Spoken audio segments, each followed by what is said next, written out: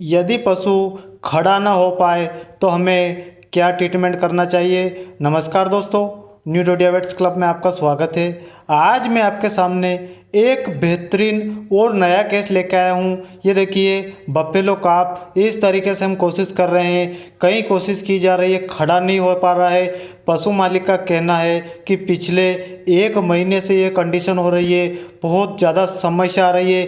पशु एक जगह बैठ जाता है, ये देखिए बहुत ज़्यादा कोशिश करता है, पैरालिसिस हो गया है, खड़ा नहीं हो रहा है। और इसकी हालत देखिए आप, चमड़ी इसकी देखिए पूरी ऐसी हो गई है, हालत ख़राब हो गई है इसकी, बिल्कुल पतली हो गई है। और पशु बिल्कुल भी खड़ा होने में असमर्थ है, ये यहीं दिन भर रहता है और खड़ा भी नहीं हो पाता है। यह सारी समस्या इसको पिछले 1 महीने से हो रही है। हमने जब पशु मालिक से इसकी केस हिस्ट्री ली तो पशु मालिक ने यह बताया कि यह पिछले 1 महीने पहले बीमार हुआ था और जब से इसका ट्रीटमेंट करवाया उसके बाद यह समस्या इसमें हो गई, तब से ये धीरे धीरे करके कमज़ोर होता जा रहा है। और अब ऐसी कंडीशन इसकी ख़राब हो गई है कि अब ये खड़ा होने में हम असमर्थ हो रहा है। हम इसको खड़ा कर देते हैं, गिर जाता है, बिल्कुल भी खड़ा नहीं हो पा रहा है, अनेबल टू अनस्टैंड हो रहा है। ये सारी समस्या इसमें हो रही है, पैरालिसिस हो गया है इसमें और बहुत सारी समस्या हो गई है। चारा पानी कम कम खा रहा है और इसकी चमड़ी देखिए आप, बिल्कुल पानी जैसी हो गई है, मुलायम हो गई है और धीरे धीरे इसकी चमड़ी देखिए पतली हो गई है। हम इसको कोशिश कर रहे हैं इस तरीके से, बहुत ज़्यादा कोशिश की हमने खड़ा करने की, पर ये बफेलो काफ बिल्कुल भी खड़ा नहीं हो पाया। तो ये ऐसी समस्याएं पशुओं में बहुत ज़्यादा देखने को मिलती है। यदि ऐसी कंडीशन में पशु चला जाता है तो ऐसे केस को हम बिल्कुल ठीक कर लेंगे। ये देखिए इस तरीके से बिल्कुल खड़ा होता है फिर गिर जाता है। यह सारी समस्या इसके साथ में हो रही है। बहुत ज़्यादा कोशिश की हमने इसको खड़ा करने की, पर यह बफेलो काफ बिल्कुल भी खड़ा नहीं हो पाया और ऐसी बहुत सारी समस्याएं हो गई इसके साथ में। तो आप ऐसे पशु जब भी देखने जाए उनका सही से ट्रीटमेंट करना चाहिए।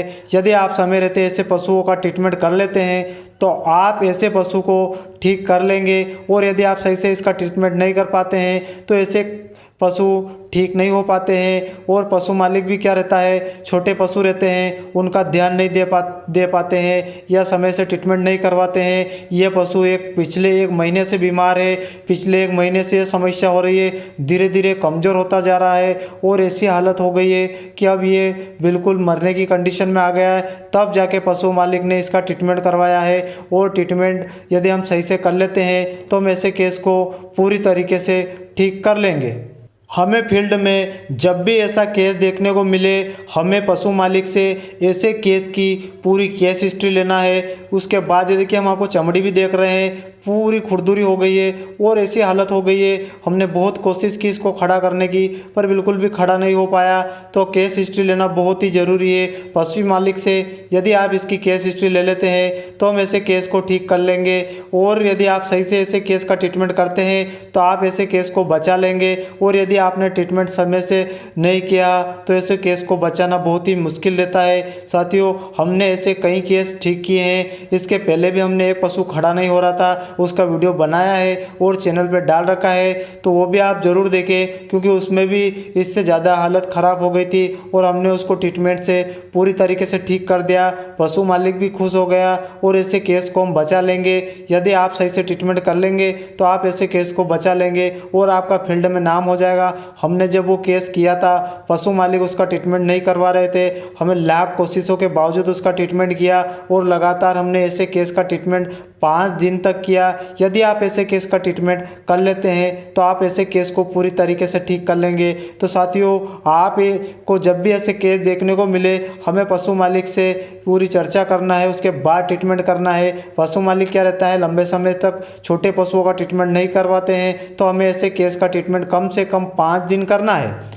यदि आप 5 दिन ऐसे केस का ट्रीटमेंट कर देते हैं तो आप ऐसे केस को पूरी तरीके से ठीक कर लेंगे।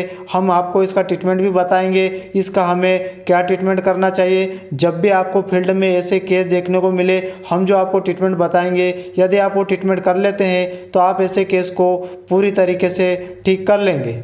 देखिए हम इसका ट्रीटमेंट बता रहे हैं। सर्वप्रथम हमने इसमें ये देखिए डेक्सामेथासोन डेक्सोना जो इंजेक्शन आता है 2 ml IM रूट से लगाया है। ये देखिए डेक्सोना हमें 2 ml लगाना है। इससे पशुओं में बहुत ही जल्दी आराम मिलता है। डेक्सोना हमें सिर्फ एक बार प्रयोग करना है। इसके बाद हमने अगला इंजेक्शन इसमें ट्राइबीवेट विटामिन B1 B6 और B12 का जो इंजेक्शन आता है ट्राइबीवेट का प्रयोग किया है। यह हमने इसमें 3 ml IM रूट से प्रयोग किया है। इस इंजेक्शन का भी प्रयोग हम IM करेंगे। और अगला इंजेक्शन हमने इसमें टोनोफास्फेन फास्फोरस का जो इंजेक्शन आता है यह भी 3 ml IM रूट से प्रयोग किया है, इंट्रामास्कुलर लगाया है।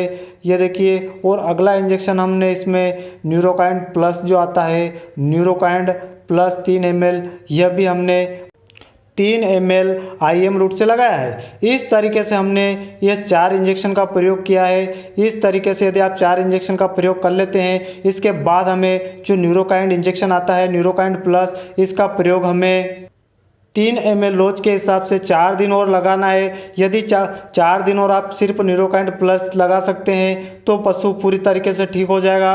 5वें दिन से इसमें बहुत जल्दी आराम हो जाएगा और पशु बहुत जल्दी रिकवर हो जाएगा और ऐसे केस को आप पूरी तरीके से ठीक कर लेंगे।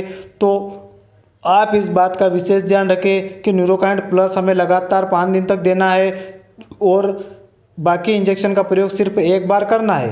यदि आप ये ट्रीटमेंट कर लेते हैं तो आप ऐसे केस को बचा लेते हैं।